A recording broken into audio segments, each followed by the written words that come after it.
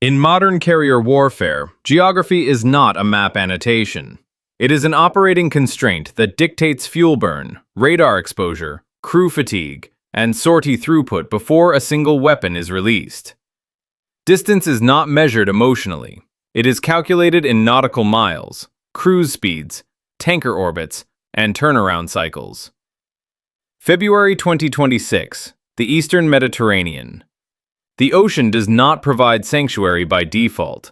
It provides maneuver space, governed strictly by geometry and physics. In this body of water, the United States Navy positions a 100,000-ton nuclear-powered aircraft carrier, USS Gerald R. Ford, at standoff distance from the Persian Gulf. The decision is not symbolic. It is geometric. From the flight deck of CVN-78 to the Iranian Integrated Air Defense Network buried in the Zagros Mountains is over 1,240 nautical miles. That number is not dramatic language. It is the first constraint in the system. Every operational variable flows from it. A carrier strike group does not project power simply by existing. Projection requires reach. Reach is a function of aircraft combat radius, aerial refueling architecture, sensor coverage, and survivability envelopes.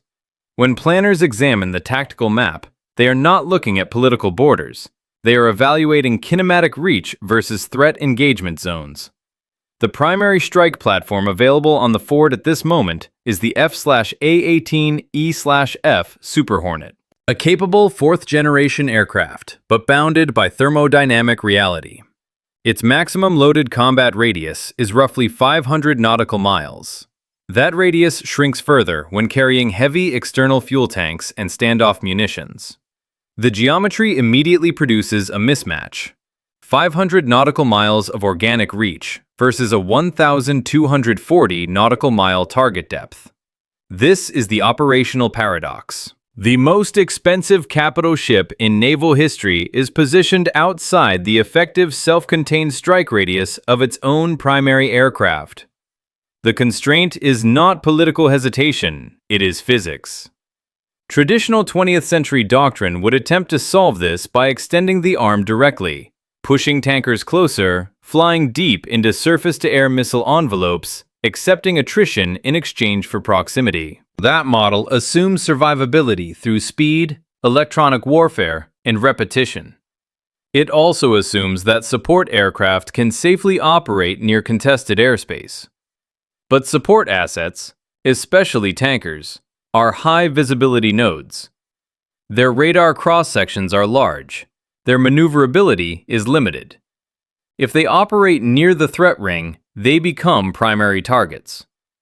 The geometry of refueling tracks can quickly transform into a predictable kill zone. When the tanker falls, the strike package collapses under fuel starvation. The equation fails. Therefore, the first system-level decision is not how to strike. It is where to stand. The Eastern Mediterranean becomes a sanctuary not because it is uncontested, but because it lies outside the primary anti-ship and ballistic missile engagement envelopes designed to trap a carrier inside the Persian Gulf. Shallow waters, mine threats, and dense coastal missile coverage would compress maneuver options and place the carrier inside the enemy's preferred geometry. Holding position at distance preserves the capital asset, but it expands the strike chain.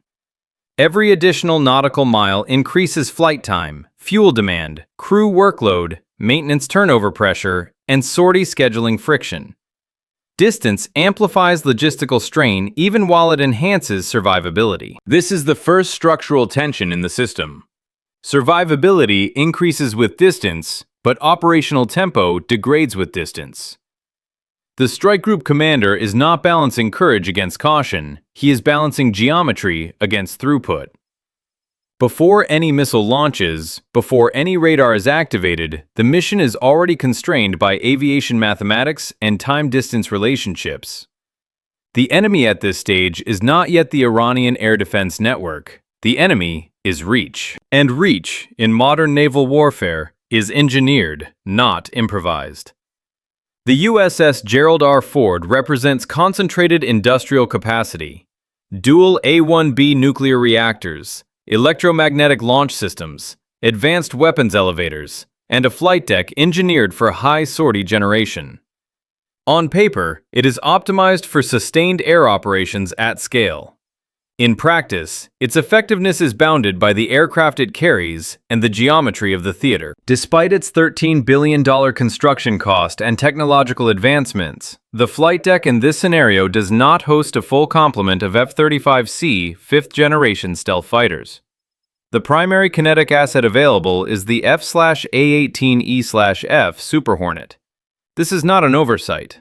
Carrier air wings are assembled through long procurement cycles, maintenance rotations, deployment schedules, and training pipelines. Force composition at sea reflects institutional readiness patterns, not hypothetical ideal loads for a single crisis. The Super Hornet is a reliable multi-role platform. However, its aerodynamic profile, fuel fraction, and payload trade-offs impose strict limits. A maximum loaded combat radius of approximately 500 nautical miles assumes optimal conditions. When configured with heavy ordnance and external fuel tanks, drag increases and effective radius narrows. At 1,240 nautical miles to the Zagros air defense grid, the aircraft cannot complete a round trip without aerial refueling. Even with refueling, flight duration approaches 6 continuous hours. This creates a structural mismatch between platform endurance and mission depth. The carrier's power generation and launch capacity are not the immediate bottlenecks. The bottleneck is aircraft kinematics. Institutionally, naval aviation is designed for flexible regional response, sea control, maritime strike, limited inland penetration, not necessarily deep continental suppression against layered mountain-based integrated air defense systems without forward basing. When strategic warning compresses timelines, the Navy does not redesign its air wing. It adapts operational architecture around existing hardware. This adaptation reveals a second paradox. The carrier is both overwhelmingly powerful and locally constrained. It can generate electrical power for decades without refueling. It can launch aircraft at high tempo. Yet its offensive reach depends on fragile chains: fuel, targeting data, tanker positioning, crew endurance, and safe airspace corridors. The system cannot rely on pushing the carrier forward into confined waters like the Persian Gulf to reduce distance. Such movement would place a 100,000-ton capital ship inside anti-ship missile arcs, coastal defense batteries, minefields, and dense ISR coverage. Capital ships are not designed to trade survivability for convenience. Their preservation is a strategic imperative. Therefore, the Navy faces a structural decision: accept range limitations and risk tempo degradation, or redesign the strike geometry so that aircraft no longer carry the full burden of penetration. This is where doctrinal evolution begins. When the airframe cannot extend its physical arm without exposing itself or its enablers, the solution is not to stretch the arm further. It is to redefine what constitutes the arm. At this stage, the carrier strike group is not yet executing violence. It is confronting a design problem: how to project force across 1,240 nautical miles without pushing the capital ship into a kill box, without exposing tankers to predictable intercept geometry, and without collapsing sortie generation rates under 6-hour flight cycles. The paradox is not weakness. It is a reflection of system boundaries. And those boundaries force innovation, not in rhetoric, but in architecture. The objective in this theater is not a runway, a port facility, or a visible shoreline installation. It is an integrated air defense system embedded deep inside the Zagros mountain range. The distinction matters. A runway can be cratered. A system must be dismantled node by node. The Iranian defensive architecture consists of layered radar arrays, command bunkers, and long-range surface-to-air missile batteries such as the S-300 PMU-2 and Bavar 373. These are not isolated launchers placed in open terrain. They are networked sensors and shooters positioned along jagged fault lines, shielded by natural rock formations and reinforced concrete. Millions of tons of geology function as passive armor. An integrated air defense system operates as a processing network. Early warning radars detect anomalies at range. Tracking radars refine trajectories. Command nodes assign interceptors. Launch vehicles fire, then reload within physical limits. Each layer is designed to compress the attacker's maneuver space and to force aircraft into predictable corridors where engagement probability increases. From a systems perspective, the Zagros terrain amplifies defensive bandwidth. Mountain valleys create radar shadow zones and clutter effects, complicating targeting solutions for incoming aircraft. At the same time, elevated radar positions extend line-of-sight detection ranges against high-altitude intruders. Geography is embedded into the defense design. This means the strike group is not facing a single-point target at 1,240 nautical miles. It is confronting a distributed sensor-shooter loop that must be disrupted before any follow-on strike can proceed. The true objective is to break the linkage between radar detection and interceptor launch. If the air defense grid remains intact, heavy bombers or additional strike aircraft cannot safely penetrate to the ballistic missile silos reportedly undergoing liquid fueling. The defense umbrella must be systematically degraded. That requires volume, coordination, and precise timing. Another constraint emerges here. Defensive systems have finite engagement capacity. An S-300 launcher carries a limited number of ready-to-fire interceptors. Radars can track only a finite number of targets simultaneously. Reload cycles are mechanical and time-consuming. These are physical throughput limits. However, those limits are not easily exploited if the attacker must first enter the engagement zone to identify targets. Direct penetration exposes pilots to high-probability intercept geometry. The defender's system is specifically engineered to punish that approach. Therefore, planners cannot treat the Zagros batteries as static coordinates. They must treat them as an adaptive network capable of shifting frequencies, dispersing assets, and employing electronic warfare. The kill chain must be designed to operate without requiring the launching aircraft to illuminate or visually confirm the target. In this context, suppression of enemy air defenses is not merely about destroying hardware. It is about collapsing engagement bandwidth, forcing the system to consume its interceptors faster than it can reload, and to process more inbound tracks than it can manage. The target, then, is not the mountain. It is the feedback loop inside the defense architecture. Until that loop is severed, every other offensive action remains constrained. A nuclear-powered carrier can generate sustained electrical output for decades without refueling. Its A-1B reactors do not fatigue, lose concentration, or miscalculate under stress. But the system they power is not autonomous. It depends on 4,500 human operators whose cognitive bandwidth is finite. The USS Gerald R. Ford did not enter this theater after a reset cycle in Norfolk. It was redirected from a high-tempo deployment in the Southcom area of operations. By the time it anchored in the eastern Mediterranean, the crew had spent over 237 consecutive days at sea. That number is not symbolic. It represents accumulated sleep debt, maintenance repetition, circadian disruption, and decision fatigue. Carrier aviation is a tightly synchronized industrial process. Launch windows, recovery cycles, refueling schedules, weapons loading, and maintenance inspections must align within narrow tolerances. Small errors compound quickly.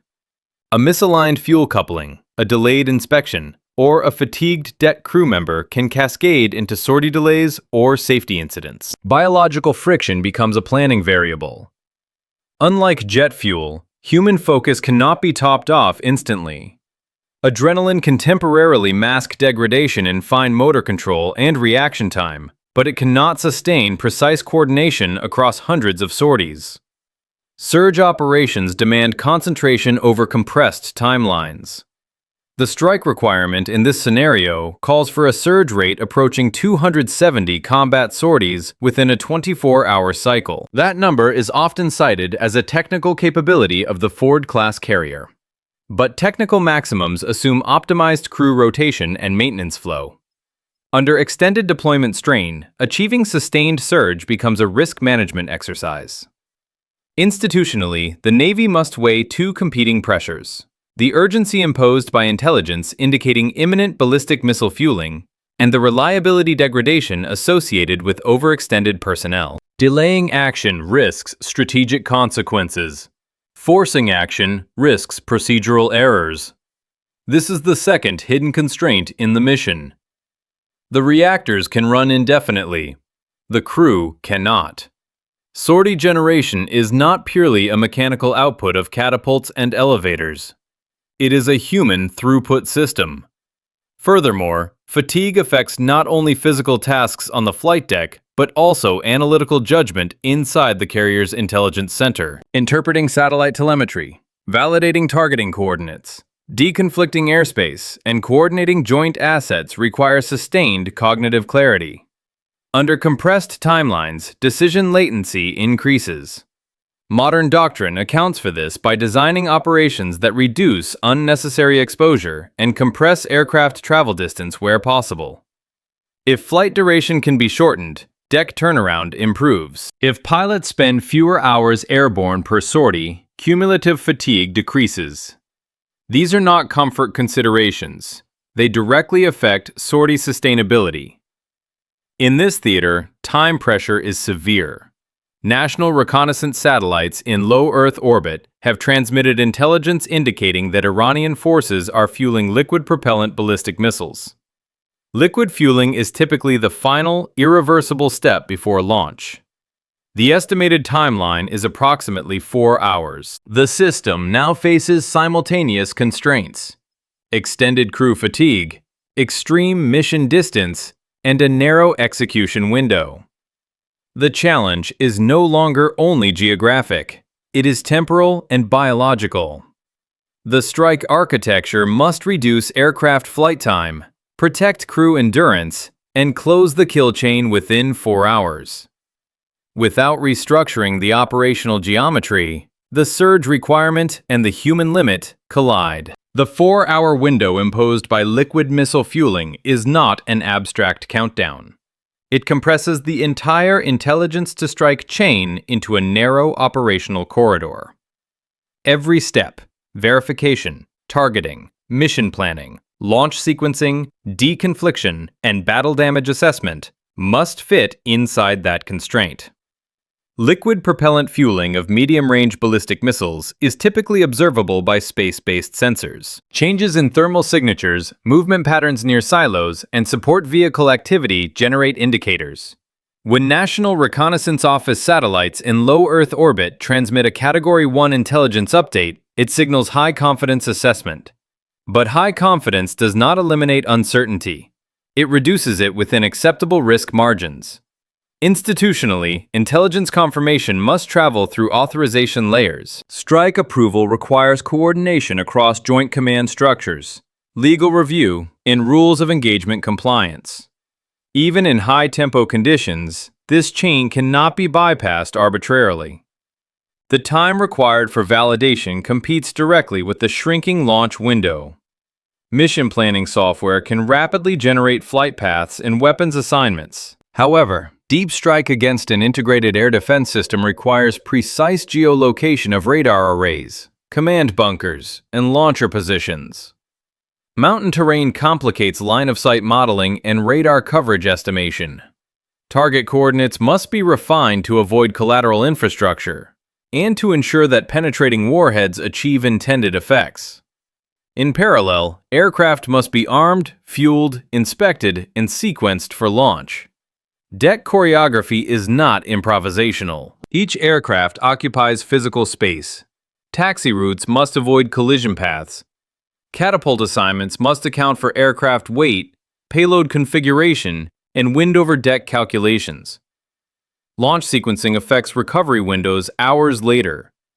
Time compression introduces trade-offs between precision and speed. The more time allocated to refining target data, the less time remains for execution.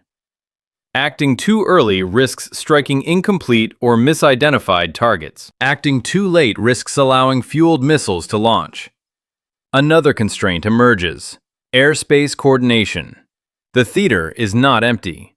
Civilian air corridors, allied air operations, and intelligence platforms must be deconflicted. Misidentification risk increases under compressed timelines. Secure communication links must remain stable throughout. This is where operational architecture determines viability. A traditional deep penetration strike, flying aircraft directly into contested airspace to visually confirm and engage targets, would consume significant time in transit alone. At 450 knots cruise speed, a fully loaded Super Hornet would require nearly 6 hours for a 2,480 nautical mile round trip. That exceeds the intelligence window, before even accounting for engagement time. Therefore, the strike design must separate weapon travel time from aircraft travel time. If aircraft must physically traverse the entire 1,240 nautical mile distance to deliver effects, the timeline collapses. The only viable solution within 4 hours is one in which sensors can operate independently of shooters, and weapons can travel farther than the aircraft that launch them. The clock forces doctrinal evolution. It eliminates legacy approaches not through preference, but through arithmetic. When time to target exceeds time to launch, architecture, not courage, determines success. The 4-hour launch window defines urgency. The requirement to dismantle the air defense grid defines scale. To secure airspace for follow-on strikes, the carrier cannot dispatch a symbolic wave of aircraft. It must generate sufficient volume to overwhelm radar tracking capacity and interceptor inventories. The design metric in this case approaches 270 combat sorties within a 24-hour cycle. That figure is often cited as a Ford-class capability under surge conditions. But surge rate is a throughput equation, not a slogan. It depends on deck space, maintenance crews, fuel transfer capacity, ordnance handling speed, launch and recovery windows, and pilot endurance. Most critically, it depends on how long aircraft remain absent from the flight deck. At a cruise speed of roughly 450 knots under heavy load, a round trip of 2,480 nautical miles equates to nearly 6 hours airborne per aircraft. In a synchronized carrier environment, 6 hours away from the deck is not neutral time. While airborne, aircraft cannot be inspected, rearmed, refueled, or repositioned. The deck effectively loses that airframe for a quarter of the operational day. If multiple strike packages follow the same long-range profile, the deck begins to starve for available aircraft. Maintenance backlogs accumulate, crew rotations tighten, recovery windows compress. The sortie generation model collapses under its own scheduling friction. This is not a question of pilot willingness, it is a queuing problem. Aircraft are units moving through a closed-loop system. Launch, to transit, to engagement, to return to service, to relaunch. Increase transit time, and the loop slows. When loop speed slows, total daily throughput decreases. The advertised 270 sortie capability assumes optimized loop duration. Distance also magnifies fuel demand. Longer sorties require more aerial refueling events, increasing dependence on tanker availability and airspace coordination. Tanker orbits become high-value nodes, whose loss would immediately truncate range. Each additional refueling bracket adds procedural complexity and exposure risk. If planners attempt to compensate by pushing tankers closer to contested airspace, they enter the threat envelope of long-range surface-to-air missiles and early warning radars. Tankers possess large radar cross-sections and limited defensive maneuverability. Their destruction would strand strike aircraft with insufficient fuel to return. In this geometry, the tanker becomes the center of gravity. Therefore, the sortie paradox emerges. To achieve volume, aircraft must cycle quickly. To strike distant targets, aircraft must fly long. The two requirements are in direct conflict. The only way to reconcile surge rate with 1,240 nautical miles of depth is to shorten the aircraft's required travel distance without shortening the weapon's travel distance. That demands architectural separation between shooter and target acquisition, and between aircraft path and missile path. Without that separation, the carrier's theoretical surge capacity remains trapped by geography. Extending aircraft range through aerial refueling appears straightforward in theory. In practice, it introduces a structural vulnerability that can define the entire operation. Tankers are not auxiliary details. They are airborne infrastructure. When the strike radius exceeds organic combat range, tankers become the bridge between geometry and execution. A fully loaded FA-18EF Super Hornet, configured with external fuel tanks and heavy ordnance, will aggressively consume fuel during climb and cruise. To approach 1,240 nautical miles of target depth and return safely, it requires multiple refueling brackets. Each bracket demands coordination of altitude, speed, spacing, and timing within controlled airspace. The KC-135 Stratotanker is designed for endurance and fuel transfer efficiency, not survivability inside dense surface-to-air missile envelopes. Its radar cross-section is significant. Its maneuver profile is limited. It relies on distance and protective escort for safety. If positioned near the Iranian air defense engagement ring, it becomes an optimal target. Large, predictable, and essential. This creates what planners refer to informally as the gas station kill zone. The defender does not need to defeat every strike fighter. It can simply target the tanker, destroy the fuel node, and the strike package is forced to abort or risks fuel starvation over open water. The loss of a single tanker can cascade into multiple aircraft emergencies. Therefore, tanker positioning becomes a geometry problem.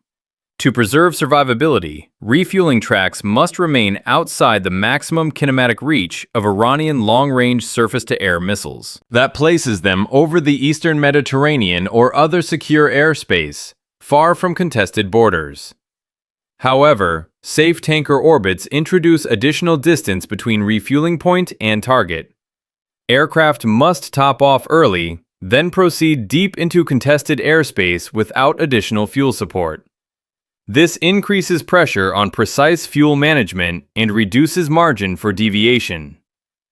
The system-level decision is to treat tankers as protected assets rather than expendable enablers. Their survivability dictates the outer boundary of feasible strike geometry. The strike architecture must therefore allow tankers to remain within a sanctuary envelope guarded by Aegis-equipped Arleigh Burke-class destroyers and carrier-based air defense coverage. By anchoring refueling operations inside a defensive perimeter, the Navy shifts risk away from high-visibility support aircraft. But this choice increases reliance on long-range standoff weapons and accurate remote targeting. Aircraft can no longer depend on close-in refueling adjustments inside contested airspace. In effect, tanker protection forces doctrinal separation. The shooter must operate from a distance where fuel, escort, and recovery remain secure. The weapon must travel the remaining distance alone. The tanker problem thus reinforces the earlier paradox.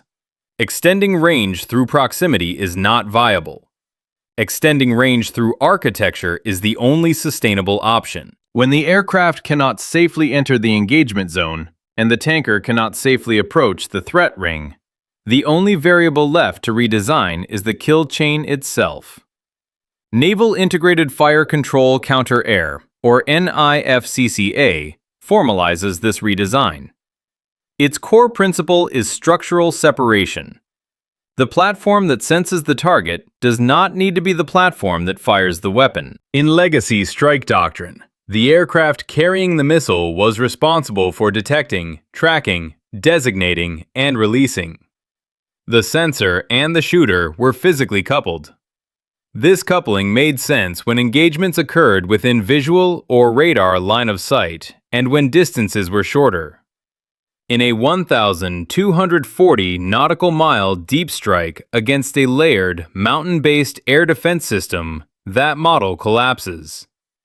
NIFCCA breaks the coupling. It converts the kill chain into a distributed network. Sensors collect data. Data is fused and transmitted. Shooters receive targeting solutions without needing organic line of sight to the objective.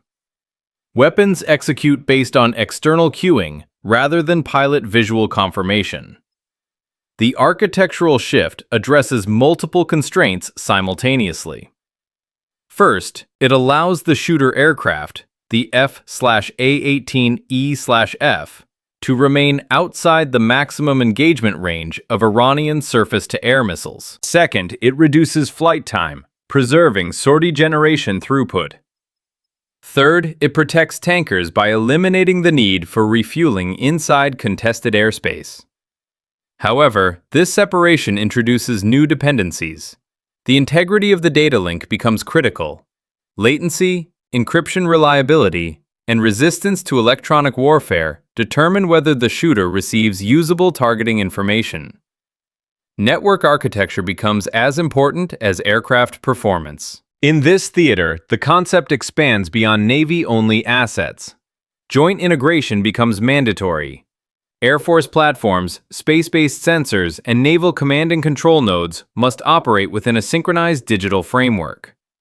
Classification barriers, interoperability standards, and frequency management are not administrative details. They are operational friction points. By severing the physical link between sensor and shooter, the Navy converts geography from a direct obstacle into a relay problem.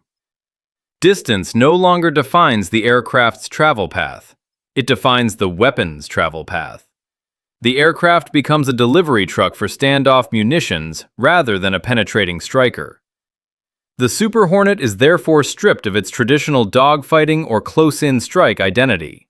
It becomes industrial in function, a missile carrier. Its purpose is to transport heavy autonomous cruise missiles to a mathematically defined release point well outside the Iranian air defense envelope.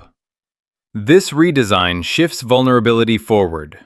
Instead of risking pilots inside layered radar coverage, risk is transferred to the weapon itself.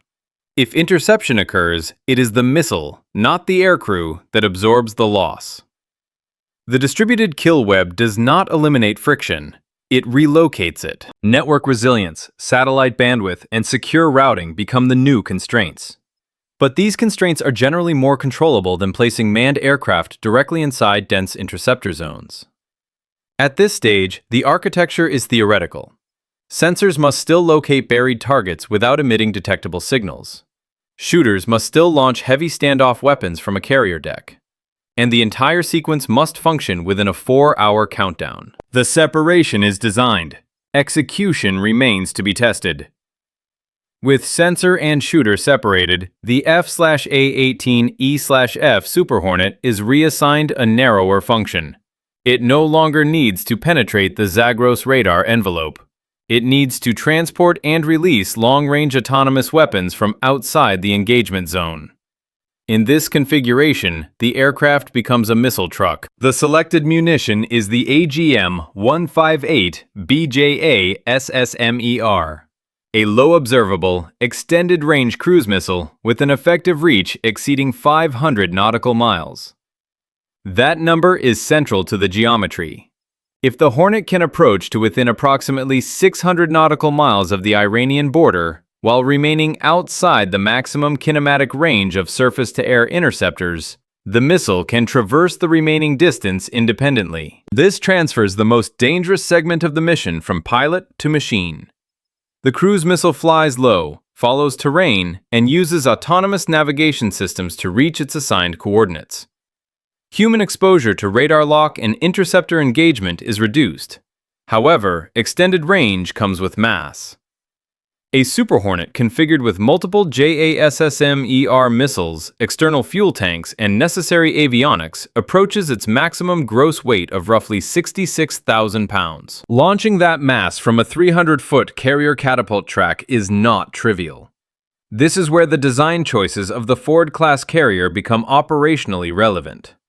The twin A-1B nuclear reactors generate significantly greater electrical output than previous carrier classes. That electrical surplus powers the Electromagnetic Aircraft Launch System, EMALS. Unlike legacy steam catapults, which rely on high-pressure steam release with limited fine control. Emails uses linear induction motors to deliver precisely calibrated acceleration profiles. In practical terms, the system measures the aircraft's mass and adjusts energy discharge, approximately 121 megajoules per launch, to ensure consistent, smooth acceleration. This reduces mechanical stress on heavily loaded airframes. Under surge conditions with high gross weight configurations, predictable launch profiles decrease maintenance strain and airframe fatigue. The engineering trade-off is complexity. Emails requires robust power management, cooling systems, and electronic reliability. Any disruption in electrical flow or control software can halt launch cycles. But in exchange, the system enables heavier payload launches with greater repeatability. Once airborne, the Super Hornet climbs aggressively to altitude and proceeds to a protected refueling orbit over the Mediterranean. There, KC-135 tankers, operating within a defensive perimeter, top off internal fuel tanks to maximum capacity. The aircraft departs Sanctuary, fully fueled and fully armed, but it will not travel the full 1,240 nautical miles. Instead, it establishes a holding pattern at a pre-calculated standoff coordinate roughly 600 nautical miles from the Iranian border. This position is selected based on missile range, threat kinematics, and fuel margin for return.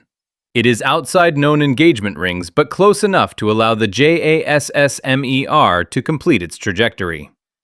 At this point, the shooter is engineered for efficiency rather than heroism. It will not illuminate targets with active radar. It will not cross into mountain valleys. It will not visually confirm impact. Its responsibility ends at release. The separation between aircraft travel distance and missile travel distance is the critical architectural adjustment. Aircraft sortie time is shortened. Deck turnaround is preserved. Surge throughput remains viable. But a missile truck without accurate targeting is inert. The shooter now depends entirely on the sensor network to provide precise, real-time coordinates. The engineering of the shooter is complete.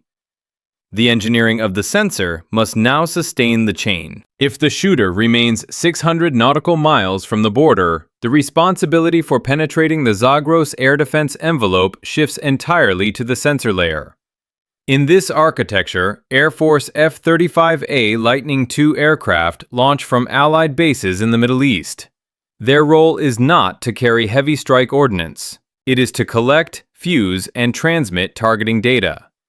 The F-35A's design is optimized for survivability inside contested airspace. Its low observable geometry reduces radar cross-section across multiple frequency bands. However, stealth is conditional. Emitting radar energy compromises signature management. Therefore, to maintain survivability, the aircraft operate under strict emission control, MCON. Active radar systems are powered down. The aircraft fly dark, refraining from broadcasting detectable energy. This does not leave them blind. The AN/ASQ-239 electronic warfare system passively absorbs electromagnetic emissions from Iranian early warning radars and fire control systems. Every radar pulse, every frequency sweep, every microwave leakage becomes input. By measuring time differences of arrival and signal strength across multiple platforms, the system triangulates precise geolocation of radar arrays and missile batteries. This passive mapping reduces exposure risk. The F-35 does not need to illuminate the target to track it. Instead, it exploits the defender's own emissions. In mountainous terrain like the Zagros, this capability is essential. Radar reflections and ground clutter complicate active scanning. Passive detection allows the aircraft to build a layered electronic map without revealing its position. Collected telemetry is encrypted and transmitted via secure directional data links, such as the Multifunction Advanced Data Link (MADL). Directional transmission reduces probability of interception compared to omnidirectional broadcasting. The data flows into a broader joint network where targeting solutions are fused and formatted for shooter platforms. Here, another trade-off emerges. Network targeting introduces dependency on space-based and airborne communication nodes. Satellite relays, airborne gateways, and frequency management must remain resilient under potential jamming. If data links are degraded, the separation between sensor and shooter collapses. The F-35A's internal weapons bays in this configuration carry only limited AIM-120 air-to-air missiles for self-defense. By minimizing external stores, the aircraft preserves stealth profile. This reinforces its role as a sensor node rather than a strike platform. Over the Zagros Mountains, Iranian early warning radars search continuously for anomalies. The airspace is saturated with VHF and UHF emissions designed to detect low observable aircraft. The F-35 survivability depends not only on reduced radar signature, but also on disciplined electronic silence and maneuver planning that exploits terrain masking. As the 4-hour countdown continues, the sensor network compiles a targeting matrix. Coordinates of S-300 PMU-2 and Bavar 373 batteries, radar dish orientation, command bunker locations, and engagement coverage arcs. These data points are transmitted thousands of nautical miles away to Super Hornets holding at standoff range. At this moment, the kill chain is digitally assembled. The shooter has no direct line of sight to the target. The sensor has no heavy ordnance. The network bridges them. The architecture now transitions from collection to execution. With the targeting matrix populated and transmitted through secure links, the strike package, holding approximately 600 nautical miles from the Iranian border, transitions from standby to execution. The FA-18EF Super Hornets remain outside the maximum engagement range of known surface-to-air missile systems. Their radars stay powered down. They rely entirely on downlinked telemetry from the distributed sensor network. Inside the avionics bays, fire control computers ingest the incoming coordinates. The AGM-158 BJA-SSMER missiles mounted under the wings receive updated target packages. Each missile's onboard guidance system is programmed with precise geolocation data, terrain profiles, and terminal attack parameters.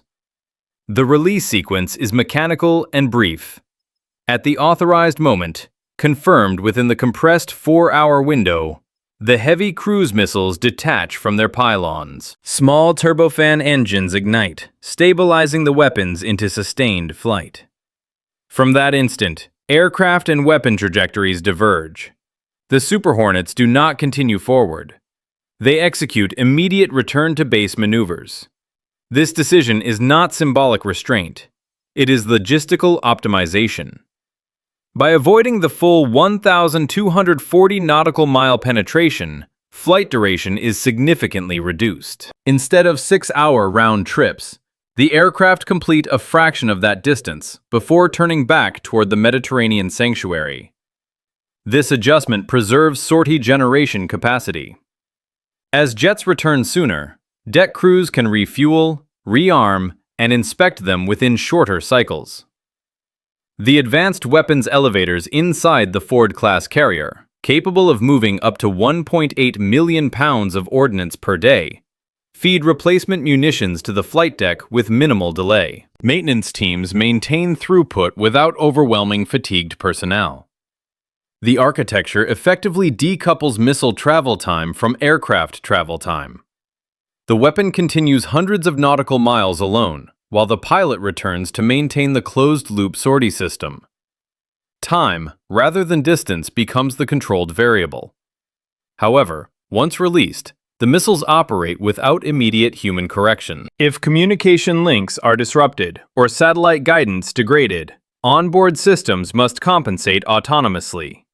The digital network that enabled separation now hands control to embedded guidance algorithms. The aircraft are safe. The carrier's operational tempo remains intact.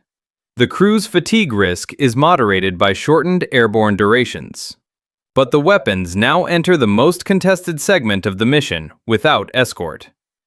The digital phase ends at release. The kinetic phase begins as the missiles approach the Zagros air defense envelope.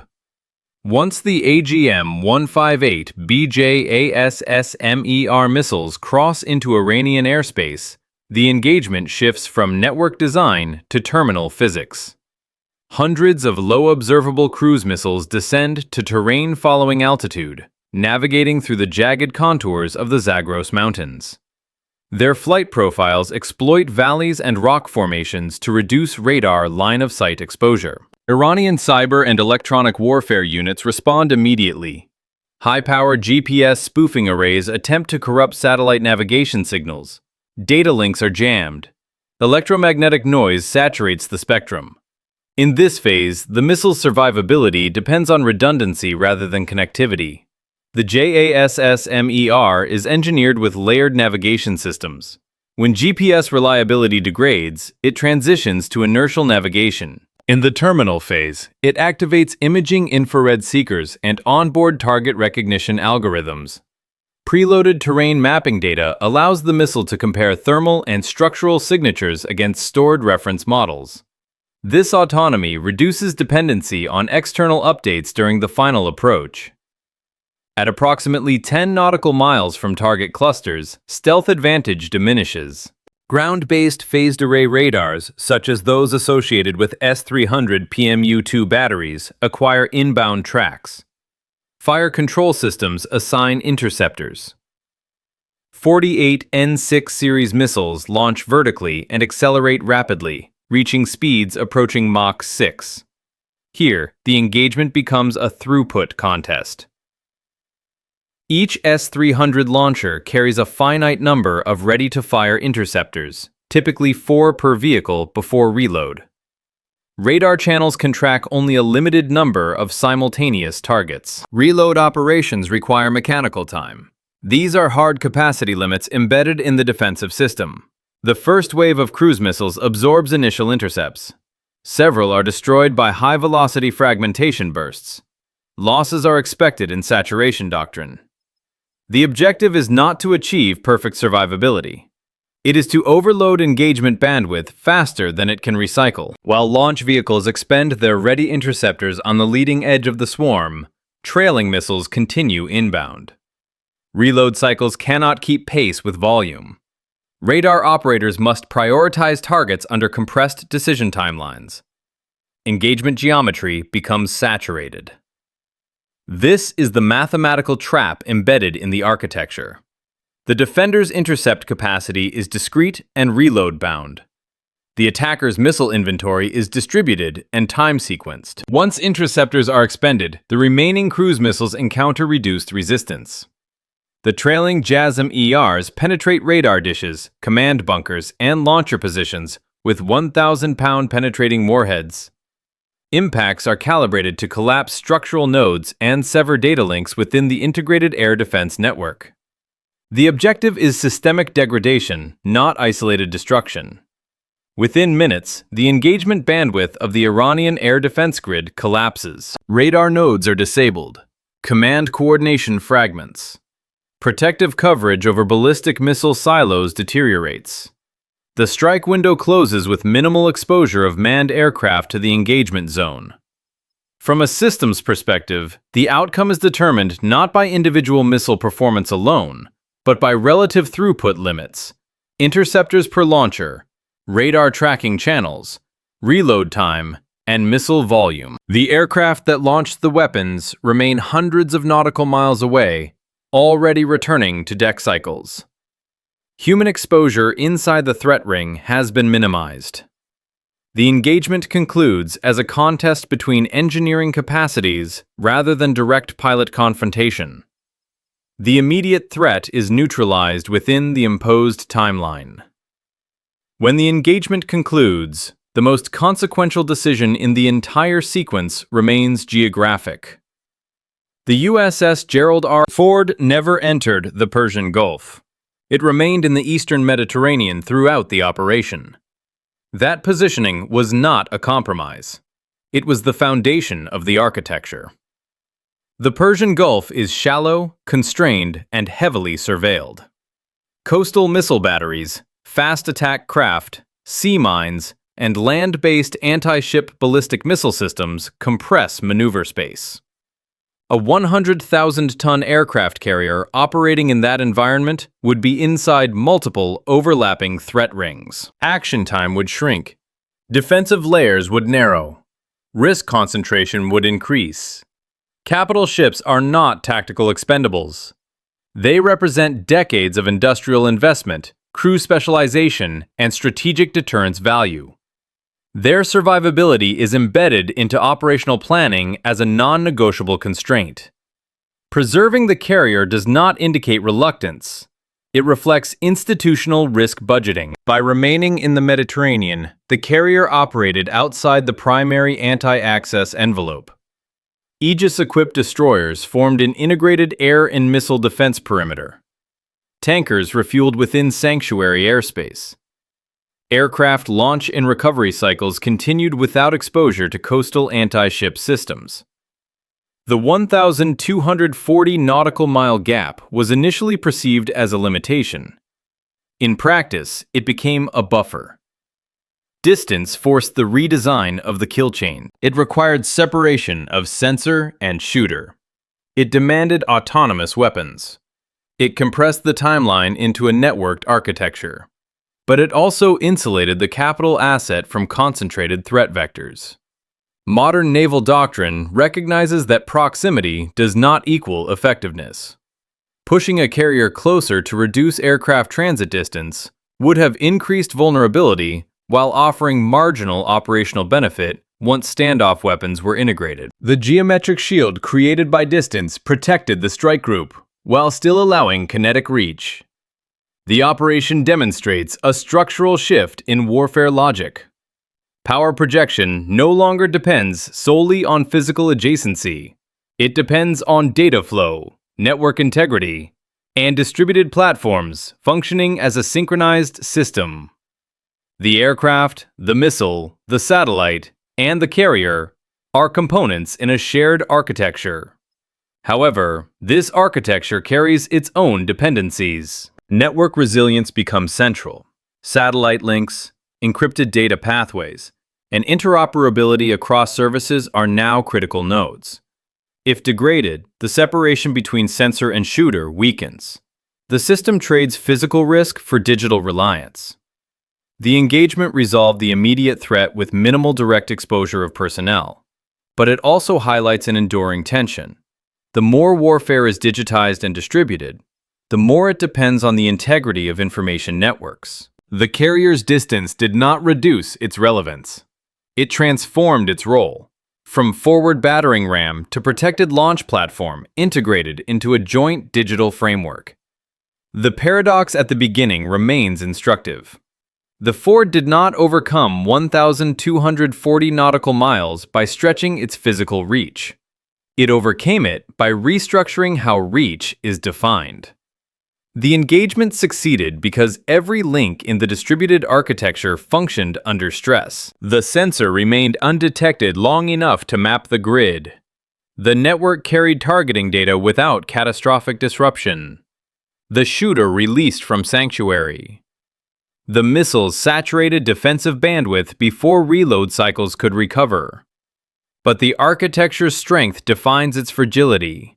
When sensor and shooter are separated, the network becomes the center of gravity. If the data link collapses, the shooter loses precision. If satellite relays are degraded, latency increases. If encryption keys are compromised, trust in targeting data erodes. The kill web depends on information integrity more than physical proximity. Space-based assets are particularly exposed. Low Earth orbit reconnaissance satellites provide persistent coverage, but they are trackable objects in predictable orbits. Anti-satellite capabilities, kinetic or electronic, introduce systemic risk. Even temporary blinding of ISR nodes can delay targeting cycles beyond time-sensitive windows like the 4-hour fueling timeline. Electronic warfare escalation presents another constraint. Passive sensing works because the defender emits radar energy. A disciplined adversary could reduce emissions, operate intermittently, or employ decoys. False targets increase missile expenditure and complicate saturation math. If interceptors are conserved instead of expended in panic, the throughput trap becomes harder to trigger. Magazine depth is also finite. Cruise missiles are expensive and limited in inventory. Saturation strategies consume stockpiles rapidly. Replenishment at sea is possible, but not instantaneous. Over extended campaigns, cost-exchange ratios become strategic variables. Human factors remain embedded in the network. Analysts validate target packages. Commanders authorize release. Software updates require oversight. Even in distributed systems, cognitive bottlenecks persist. Finally, interoperability friction cannot be ignored. Joint operations depend on compatible data standards, frequency management, and classification bridges. Seam failures between services can delay data transfer at critical moments. The kill web solves the distance problem by digitizing it, but it replaces physical penetration risk with architectural dependency. Survivability shifts from armor and proximity to encryption, redundancy, and bandwidth management. Modern naval warfare is therefore less about singular platform superiority and more about system coherence under degradation. The unanswered question is not whether the network can function in ideal conditions, it is how it performs when partially denied. That tension remains unresolved.